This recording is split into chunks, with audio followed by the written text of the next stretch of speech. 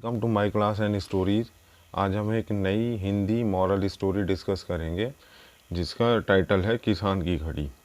चलिए पहले हम इसके थीम को समझते हैं। क्या है इसका थीम।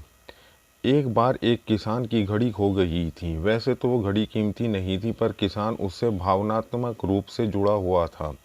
किसी भी तरह उसे वह वापस पाना चाहता था। उसने खुद भी घड़ी खोजने का प्रयास शुरू किया। वह कभी कमरे में खोजता, तो कभी भाड़े में, तो कभी अनाज के ढेर में। पर तमाम कोशिशों के बाद भी घड़ी नहीं मिली। उसने निश्चय किया कि वह इस काम के लिए बच्चों की मदद लेगा और उन्हें आवाज़ लगाई, सुनो बच्चों, तुम में से जो कोई भी मेरी खोई घड़ी खोज देगा, मैं उसे 500 रुपये इनाम में दूंगा। फिर क्या था, सभी बच्चे ज़ोर शोर से इस काम में लग गए। वह जगह जगह की खाक छानने लगे, ऊपर नीचे बाहर आंगन में, हर जगह पर। घंटों बीत जाने के बाद भी घड़ी नहीं मिली। अब लगभग सभी बच्चे हार मान चुके थे और किसान को भी यही लगा कि घड़ी नहीं मिलेगी। तभी एक लड़का उसके पास आया और बोला, काका मुझे एक मौका दीजिए। इस बार मैं ये काम अकेला ही करूँगा। किसान का क्या जा रहा था, उसने तो घड़ी चाहिए थी और उसने तुरंत हाँ कर दी। लड़का एक एक कर घर के कमरों में जाने लगा, हर एक कमरे में जाने लगा, और वह किसान के शयन कक्ष से निकला तो घड़ी उसके हाथ में थी। किसान घड़ी देखकर प्रसन्न हो गया। अजरत से पूछा कि बेटा, कहाँ थी ये घड़ी, और जहाँ हम सभी असफल हो गए तुमने इसे कैसे ढूंढ निकाला। लड़का बोला, काका मैंने कुछ नहीं किया, बस मैं कमरे में गया और चुपचाप बैठ गया और घड़ी की आवाज़ पर ध्यान केंद्रित करने लगा। कमरे में शांति होने के कारण मुझे घड़ी की टिक टिक सुनाई देने लगी, जिससे मैंने उसी दिशा में अंदाज़ा लिया और अलमारी के पीछे गिरी ये घड़ी खोज निकाली।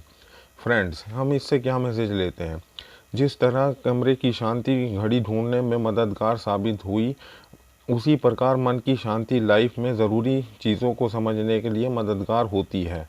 हर दिन हमें अपने लिए थोड़ा वक्त निकालना चाहिए, जिसमें हम बिल्कुल अकेले हों, जिसमें हम शांति से बैठकर खुद से बात कर सकें और अपने भीतर की आवाज़ को सुन सकें।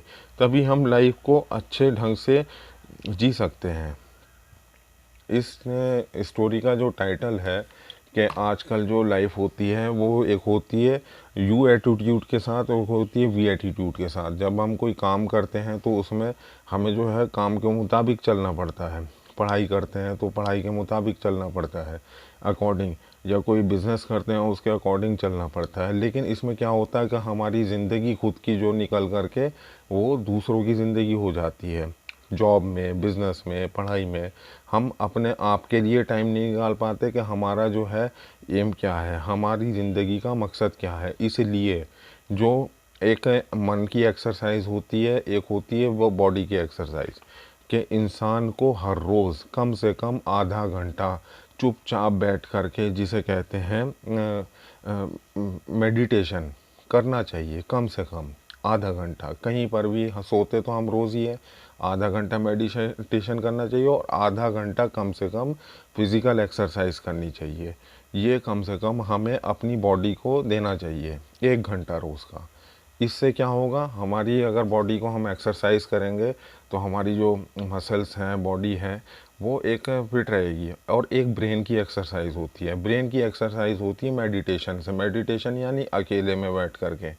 अगर हमारा ब्रेन ठीक नहीं है, ब्रेन की कोई दवाई नहीं होती है इसमें, जो होते हैं कोई ट्रीटमेंट नहीं होता। ब्रेन को भी ठीक रखना बहुत ज़रूरी है, क्योंकि ब्रेन भागने लगता है टेंशनों में आकर के, इधर उधर की बातें सोचने लगता है। इसको भी कंट्रोल करने के लिए एक एक्सरसाइज होती है मेडिटेशन, तो वो करनी ज़रूरी है।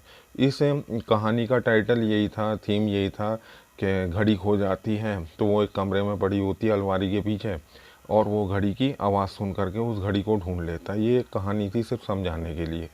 अल्टीमेटली मकसद ये है कि मन की शांति। Thank you very much for watching the video.